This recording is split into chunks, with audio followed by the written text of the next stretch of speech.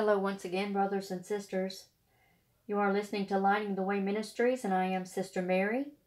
Today's topic is Lord, help me. Lord, help me. This should be our cry for each and every day, but especially in a new year. Lord, help me. Matthew chapter 15, verse 25 is where this writing is taken out of, and we are going to pick up in Genesis 47 in our Bible reading. It is not till we are brought to that point, Lord, help me, where we feel our need of God, that we know how to say, Lord, help me. We say it because habit has taught us to say it. How few there are, all of whose nature in them joins together and sends forth that victorious sentence, Lord, help me. When we do this, then God comes. Then when we have learned the secret of that sentence, the heavens open. Then the denied gifts are granted. Then the Spirit before withheld comes forth, and our joy and peace flow like a river. Christian brethren, is not this the very sentence which we should write upon the door of the new year? Lord, help me.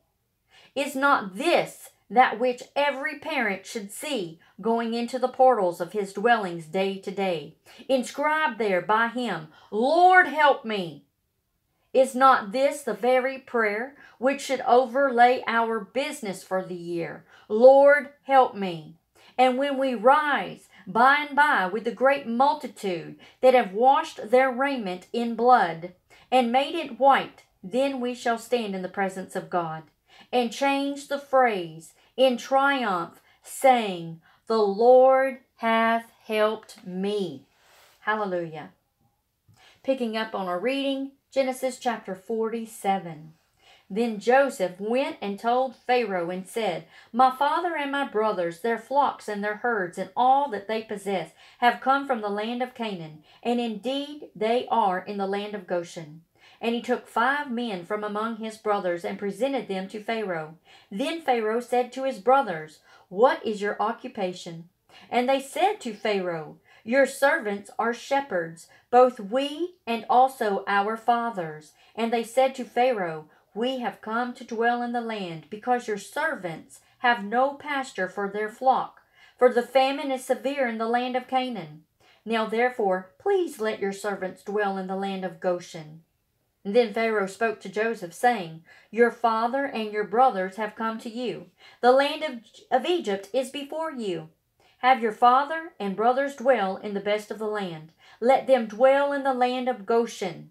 And if you know any competent men among them, then make them chief herdsmen over my livestock.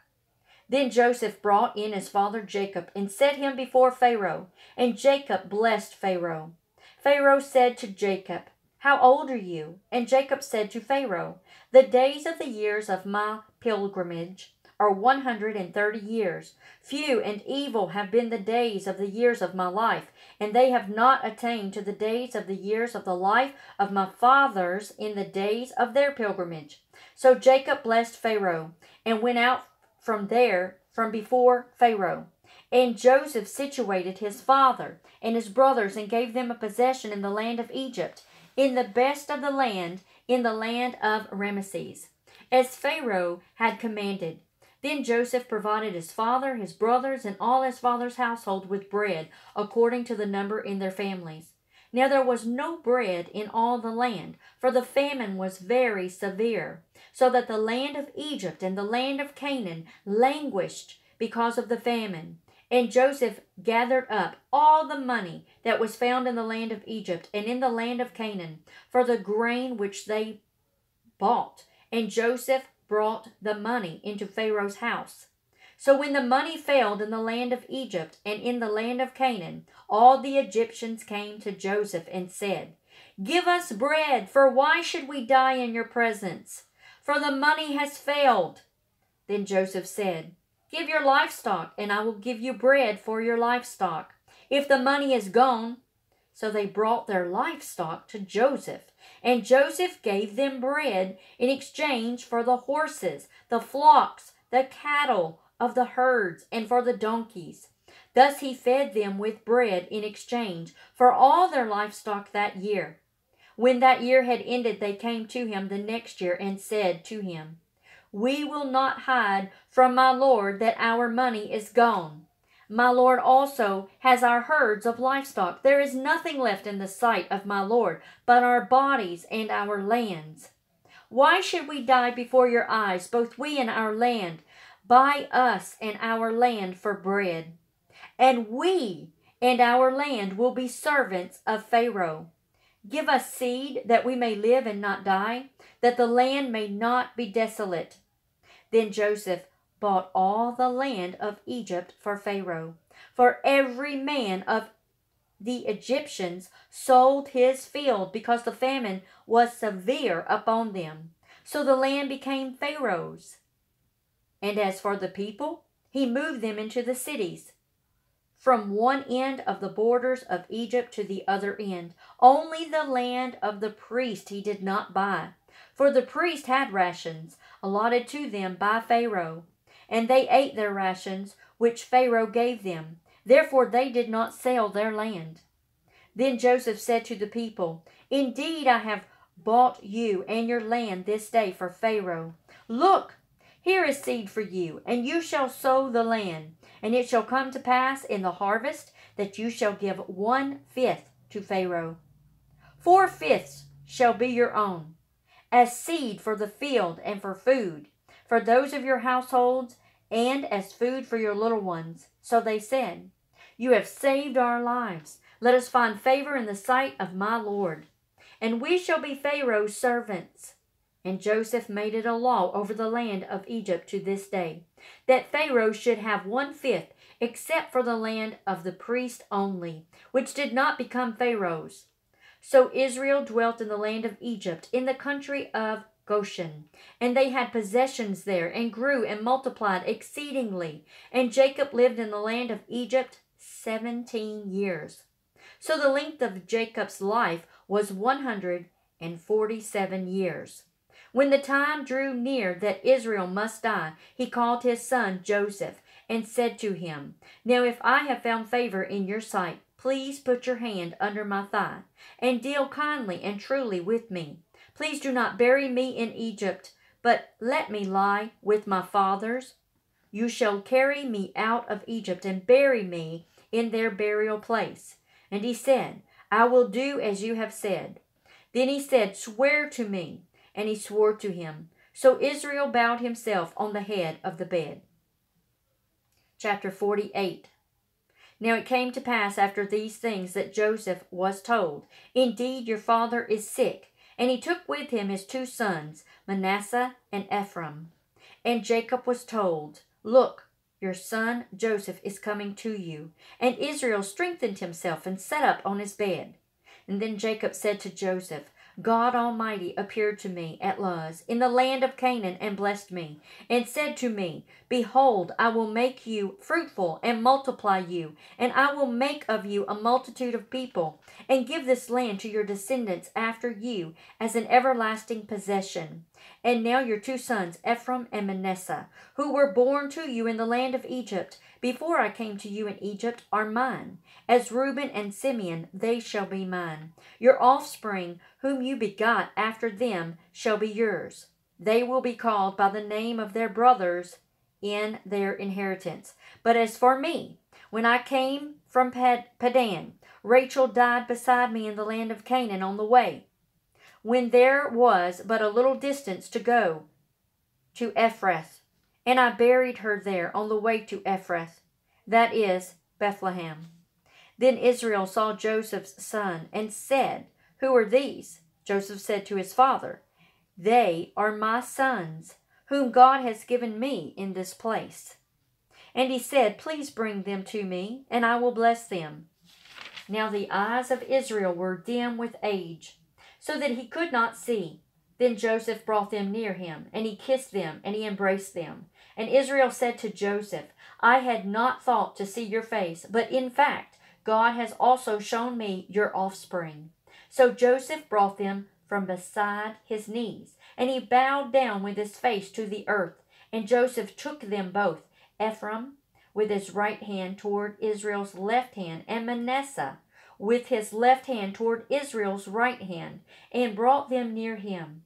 Then Israel stretched out his right hand, and he laid it on Ephraim's head, who was the younger, and his left hand on Manasseh's head, guiding his hand knowingly, for Manasseh was the firstborn.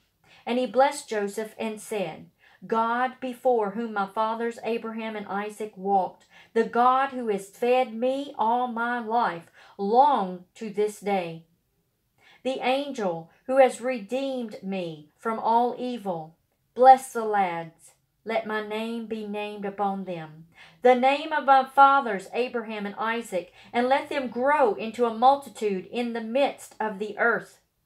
Now when Joseph saw his father laid his right hand on the head of Ephraim, it displeased him. So he took hold of his father's hand to remove it from Ephraim's head to Manasseh's head. And Joseph said to his father, "Not so, my father, for this one is the firstborn. Put your right hand on his head." But his father refused and said, "I know, my son, I know. He also shall become a people, and he also shall be great. But truly his younger brother shall be greater than he, and his descendants shall become a multitude of nations." So he blessed them that day, saying, "By you Israel will bless," saying, "May God make you as Ephraim and as Manasseh." And thus he set Ephraim before Manasseh. Then Israel said to Joseph, "Behold, I am dying, but God will be with you and bring you back to the land of your fathers.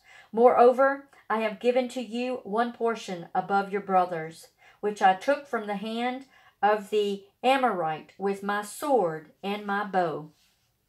Psalm chapter 13, verses 1 through 6. How long, O Lord, will you forget me forever? How long will you hide your face from me? How long shall I take counsel in my soul, having sorrow in my heart daily? How long will my enemy be exalted over me? Consider and hear me, O Lord my God. Enlighten my eyes, lest I sleep the sleep of death, lest my enemies say, "I have prevailed against him," lest those who trouble me rejoice when I am moved. But I have trusted in your mercy. My heart shall rejoice in your salvation. I will sing to the Lord, because he has dealt bountifully with me.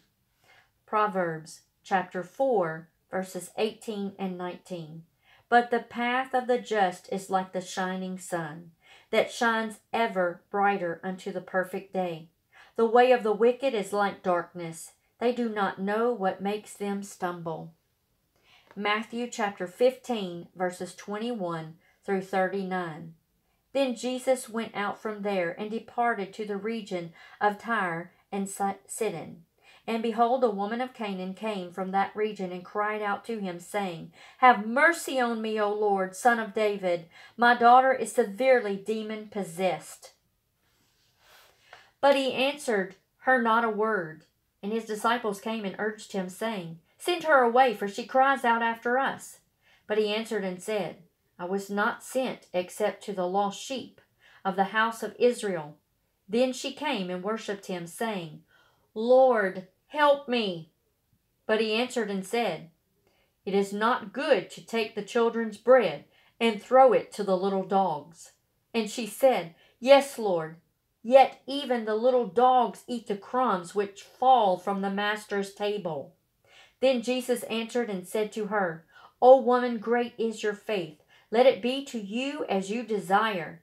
And her daughter was healed from that very hour. Jesus departed from there, skirted the Sea of Galilee, and went up on the mountain, and sat down there. Then the great multitudes came to him, having with them the lame, blind, mute, maimed, and many others. And they laid them down at Jesus' feet, and he healed them. So the multitude marveled when they saw the mute speaking, the maimed made whole, and the lame walking, and the blind seeing, and they glorified the God of Israel. Now Jesus called his disciples to himself and said, I have compassion on the multitude, because they have now continued with me 3 days and have had nothing to eat. And I do not want to send them away hungry, lest they...